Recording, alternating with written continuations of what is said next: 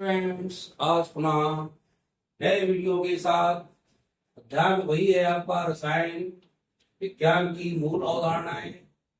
11वीं के स्टूडेंट मेरे जुड़े होंगे रसायन विज्ञान की मूल अवधारणाएं। रसायन विज्ञान की मूल अवधारणाओं के बारे में मैंने बहुत सारी चीजें आपको पढ़ाई हैं। अब आपको आगे बढ़ते हुए मैंने कल चर्चा भी की थी कि शुद्ध पदार्थों को हम तत्व और यौगिक के रूप में बांटते हैं। तत्व भी बताया था मैंने, यौगिक भी बताया था, इनके अभिलाक्षणिक गुण भी बताए थे। अब बात आती है भौतिक राशियां। आखिरकार भौतिक राशियों और उनकी मात्रा हम किस हिसाब से निकालते हैं, तो हमें ये पता होना चाहिए। सबसे पहले चर्चा करेंगे भौतिक राशियां एवं उनकी मात्रा। मात्रक क्या कहलाते हैं पहले ये जाने। मात्रक माने जिससे हम किसी चीज को आसानी से नाप सके, वो कहलाते हैं मात्रक। क्या कहलाते हैं? मात्रक कहलाते हैं। और इसके हम कुछ प्रतीकों के रूप में भी दर्शाते हैं। मात्रकों की अंतरराष्ट्रीय जो पद्धति होती है वह पद्धति होती है SI पद्धति। ये कौन सी पद्धति है? अंतरराष्ट्रीय हमारी पद्धति है। और अंतरराष्ट्रीय पद्धति के अंतर्गत हमारा एक SI मात्रक आता है। उन मात्रकों की भी चर्चा हम करेंगे। सन 1960 में भार और माप के 11वें सर्व सम्मेलन में इसके स्वीकृति मिली थी। 11वां एक सम्मेलन हुआ था। उस सम्मेलन में इसको SI मात्रक को क्या मिला था? उसको पूर्ण रूपेण स्वीकृति मिली थी SI मात्रक के लिए। और ये मिली थी 1960 में, 1960 में, भार और ताप के लिए। अब भार का मात्रक क्या होता बता रहा हूं मैं भी आपको। ताप का मात्रक क्या होता है, कैसे इन मात्रकों को लिखते हैं, ये भी मैं सूचीबद्ध तरीके से आपको बताऊंगा। तो सबसे पहले हमारी भौतिक राशियां और उनके मात्रक क्या हैं। तो भौतिक राशियां पहले यहां पर हम लिखें आपकी, इनको देखें। सबसे पहली भौतिक राशि है लंबाई। लंबाई के बारे में सभी जानते हैं कि लंबाई क्या होती है, किस हिसाब से लंबाई को नापते हैं। फिर दूसरा होता है द्रव्यमान, यानी द्रव्यमान कैसे तौलते किसी चीज को, वो द्रव्यमान होता है। फिर आता है समय। इसका क्या होता है? समय भी सभी जानते हैं। इस समय को हम कैसे नापते हैं, लेकिन इनकी इकाइयां क्या होती हैं ये हमें पता होना चाहिए। फिर होता है विद्युत धारा। विद्युत धारा की इकाई क्या होती है, यानी विद्युत धारा को कैसे मापते हैं, ये सब हमें पता होना चाहिए। तो पहला नोट करें लंबाई, दूसरा द्रव्यमान, तीसरा समय, फिर लिखें विद्युत धारा, और फिर लिखें टेम्परेचर यानी ताप। क्या लिखोगे? ताप। फिर पदार्थ की मात्रा, ताप। छठवां लिखें पदार्थ की मात्रा। और पदार्थ की मात्रा हम कैसे निकालते हैं, इसका भी मात्रक होता है, वह भी पता होना चाहिए। और अंत में लिखना है जो की तीव्रता। इसको कैसे नापते हैं, यानी जो की तीव्रता जो हमारी होती है भौतिक राशि, ये कैसे नापी जाती है, इसके बारे में भी जानकारी करना है। तो सबसे पहले ये भौतिक राशियां नोट कर लें आप। इन भौतिक राशियों में सबसे पहली बात है, जो लंबाई होती है उसे हम L से प्रदर्शित करते हैं, यानी इसको हम लेंथ मानते हैं। लेंथ हमारी लंबाई, तो ये लंबाई को हम L से प्रदर्शित करते हैं। द्रव्यमान चूंकि मास कहलाता है MASS, इसलिए इसको स्मॉल m से प्रदर्शित करते हैं, इसको मास कहते हैं। MASS नोट कर लें। समय चूंकि आपको पता है टाइम कहलाता है, इसलिए इसको हम T से प्रदर्शित करते हैं। विद्युत धारा जो हमारा है, विद्युत धारा हम कैसे नापते हैं, यह भी हमें पता होना चाहिए। इसको हम I से प्रदर्शित करते हैं। I विद्युत धारा होती है।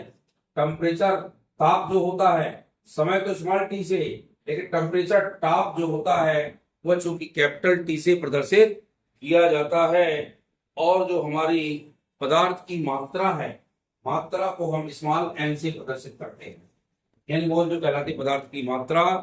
और ज्योति तीव्रता को हम, ज्योति तीव्रता जो होता है वो आई के नीचे होता है, ए भी लिख देते हैं कि तीव्रता किससे प्रदर्शित करते हैं, तो आई ए लिख देते हैं, ज्योति तीव्रता कहलाती है।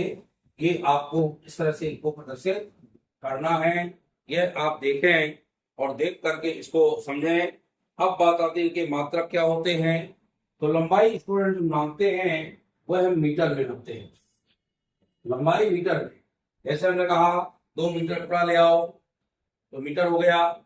2 मीटर चौड़ाई, चौड़ा है, या 6 फुट चौड़ा है, 1 फुट भी होते हैं, लेकिन इसकी जो मीटर की लंबाई होती है, मीटर जो नापते हैं उसको लंबाई में ही नापा जाता है। द्रव्यमान को हमेशा किलोग्राम में नापते हैं, किलोग्राम में। इसको मीटर लिख देते हैं, इसको किलोग्राम यानी केजी लिख देते हैं। केजी का मतलब होता है किलोग्राम। फिर ये सेकंड होता है, समय की जो छोटी इकाई जो होती है क्या होती है, सेकंड। और समय का जो मात्रक होता है वह होता है सेकंड। स्मॉल एस से इसको प्रदर्शित करते हैं। विद्युत धारा को हम एम्पियर में मापते हैं, एम्पियर, और एम्पियर को कैपिटल ए से प्रदर्शित करते हैं, ये इसके मात्रक हैं। फिर हम ताप को केल्विन से प्रदर्शित करते, इसमें डिग्री नहीं लगती, ताप को केल्विन से प्रदर्शित करते हैं, और इसका मात्रक होता है वो होता है के। और इस प्रकार से इसको मोल में नापते हैं, पदार्थ की मात्रा। मोल, मोल तो मैंने अभी आपको बताया था कल, MOL लिखते हैं। और जो ज्योति तीव्रता है इसको कहते हैं कैंडेला से नापते हैं। एक मात्रक होता है कैंडेला, भी पढ़ाऊंगा आपको आगे, इसको कैंडेला, और इसको प्रदर्शित करते हैं CD से। नोट कर लें इसको, ज्योति तीव्रता का मात्रक होता है कैंडेला, इसको कैंडेला लिख लें। और इस तरह से ये जो मात्रक हैं इनको आप नोट करिए। सबसे पहले भौतिक राशि को नोट करें, 7 हो आपकी। एक भौतिक राशि होती लंबाई, जिसको हम लेंथ कहते हैं, इसलिए स्मॉल एल से प्रदर्शित करते हैं। जो द्रव्यमान होता है उसको मास कहते हैं, MASS, इसलिए इसको हम स्मॉल m से प्रदर्शित करते हैं। जो समय होता है वो होता है टाइम, यानी स्मॉल t से प्रदर्शित करेंगे। विद्युत धारा जो कहलाता है उसे हम I से प्रदर्शित करते हैं। और ताप जो होता है ये टेम्परेचर के अंदर T से प्रदर्शित करते हैं। पदार्थ की मात्रा को N से, और जो हमारी ज्योति तीव्रता है उसको I से 0 से या IA से प्रदर्शित करते हैं। अब जो इसके मात्रक होते हैं, मात्रकों पर गौर करें तो लंबाई का मात्रक जो होता है मीटर, स्मॉल m भी लिख सकते हो। द्रव्यमान जो होता है वो किलोग्राम, केजी भी लिख सकते हो। फिर जो हमारा समय है टाइम, उसको सेकंड से दर्शाते हैं, और उसको स्मॉल s लिखते हैं। क्या लिखते हैं? Small s। स्मॉल s से भी इसको हम प्रदर्शित करते हैं। ये सेकंड हो गया। विद्युत धारा I को हम एम्पियर से प्रदर्शित करते हैं, इसका मात्रक A होता है, थोड़ा सा ध्यान रखिएगा। और ताप जो होता है टेम्परेचर, टेम्परेचर जो इकाई होती है वो होती है केल्विन, के से दर्शाते, इसमें डिग्री नहीं लगाते, डिग्री सेंटीग्रेड फारेनहाइट लगाते तो डिग्री लगती है। फिर पदार्थ की मात्रा N जो होता है उसको मोल से प्रदर्शित करते हैं, MOL लिखते हैं, इसको मोल लिखा जाता है। ये थोड़ा सा ध्यान रखें। और ज्योति तीव्रता जो है हमारी उसको कैंडेला से प्रदर्शित करते हैं, और इसको लिखते हैं शॉर्ट रूप में CD, small c small d, वो कहलाती है कैंडेला। ये ध्यान रखिएगा। जो हमारा मीटर है इसका संकेत M बता दिया मैंने आपको। यदि हम बात करें प्रकाश की चाल की तो भी वो लंबाई कहलाएगी। और इसी प्रकार से हम किलोग्राम में कोई चीज लेना चाहें तो द्रव्यमान कहलाता है, कितना द्रव्यमान लिया। समय को व्यक्त करने के लिए हम सेकंड की इकाई सबसे नीचे होती है, इसको दर्शाते हैं। विद्युत धारा के लिए एम्पियर से दर्शाते हैं, और पदार्थ की मात्रा के लिए मोल से, ताप के लिए केल्विन के से, और ज्योति तीव्रता के लिए हम इससे कैंडेला यानी कैंडेला से प्रदर्शित करते हैं। ये आपको ध्यान रखना है। अब मैं चर्चा कर रहा हूँ थोड़ा सा घनत्व की, कि आखिरकार घनत्व क्या होता है। तो घनत्व नहीं जान जाए, भौतिक राशियां तो आपको क्लियर हो गई और आपने इसको नोट भी कर लिया होगा, और इसको देख लीजिए, पढ़ लीजिएगा, एक बार आप बढ़ जाएंगे बिल्कुल। और ये परीक्षा में भी पूछी जाती है भौतिक राशियों की इतनी मापक इकाई क्या है, तो फिर आपको ये लिखना पड़ता है। अब हम बात करते हैं घनत्व की। घनत्व क्या होता है? घनत्व बराबर होता है द्रव्यमान बटे आयतन। घनत्व को इंग्लिश से कहते हैं डेंसिटी। द्रव्यमान, द्रव्यमान को कहते हैं मास, बटे आयतन, आयतन को कहते हैं वॉल्यूम। डेंसिटी को स्मॉल डी से प्रदर्शित करते हैं, द्रव्यमान को एम से, और आयतन को बी से प्रदर्शित करते हैं। बी माने होता वॉल्यूम, वॉल्यूम माने होता आयतन। तो किसी पदार्थ का घनत्व उसके प्रति इकाई आयतन का द्रव्यमान होता है। प्रति इकाई आयतन का द्रव्यमान होता है। किसी पदार्थ का घनत्व प्रति इकाई आयतन का द्रव्यमान होता है, जिसे हम घनत्व के नाम से जानते हैं। तो द्रव्यमान, यदि घनत्व का मात्रक की बात करें तो घनत्व का मात्रक निकालने के लिए, चूंकि द्रव्यमान का एसआई मात्रक क्या है, मैंने बताया आपको, बताइए भाई। हमने बताया केजी, केजी मीन्स किलोग्राम, और वॉल्यूम जो आयतन होता है, आयतन का जो मात्रक होता है लंबाई गुणे चौड़ाई, तो मीटर क्यूब, मीटर क्यूब होता है, ये होता है आयतन।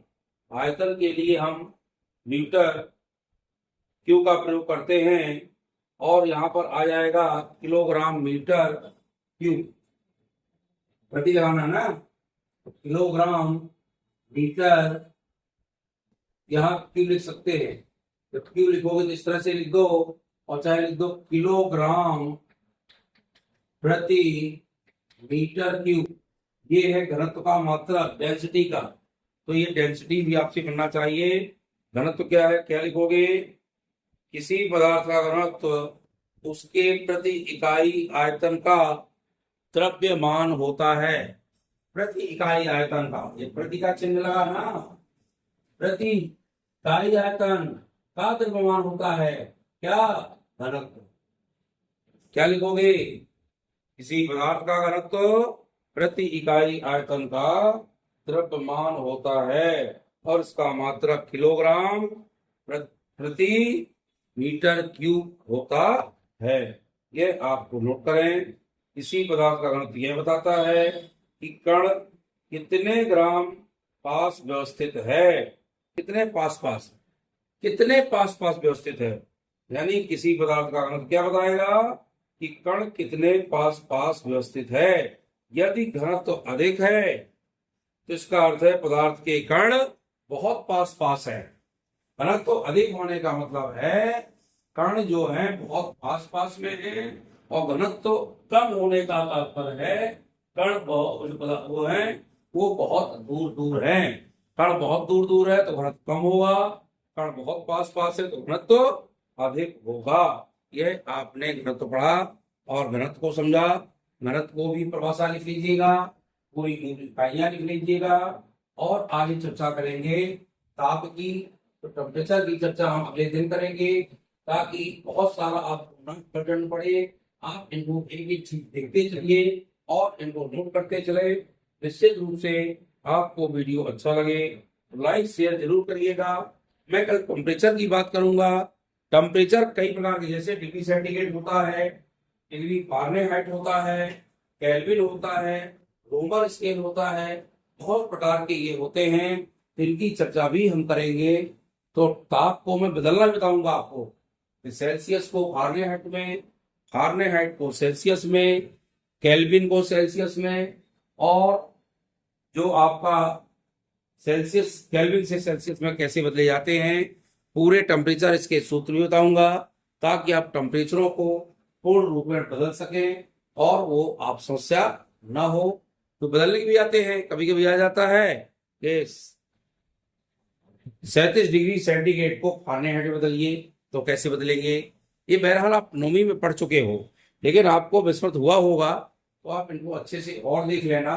जब आप देख लेंगे तो आपसे ये बदलते बनने लगे सूत्र पर ध्यान रखना है, मैं कल सूत्र बताऊंगा आपको कि C/5 बराबर F माइनस 32/9 होता है। तो F को चाहे C में बदल दो, चाहे C को F में बदल दो। और C बराबर K प्लस 277 होता है और K बराबर 277 माइनस C होता है। तो ये मैं सूत्र का बताऊंगा और बदल कर भी बताऊंगा किस तरह से इनको बदलना है। जब आप इनको सीख जाएंगे तो बदलते आपसे बनने लगेगा और टेम्परेचर आपको समझ आ जाएगा। आज आपने भौतिक राशियां पढ़ी, आप बुक उठा के एक बार देखिएगा, बुक से भी थोड़ा थोड़ा पढ़ें ताकि आपसे जो विकल्प हैं वो बहुत अच्छे से बन सकें। और जब विकल्प वगैरह अच्छे से बनने लगेंगे, कब बनेंगे? जब आप पूरी पुस्तक पढ़ोगे। NCERT की बुक ही पढ़ना है, वही महत्वपूर्ण है।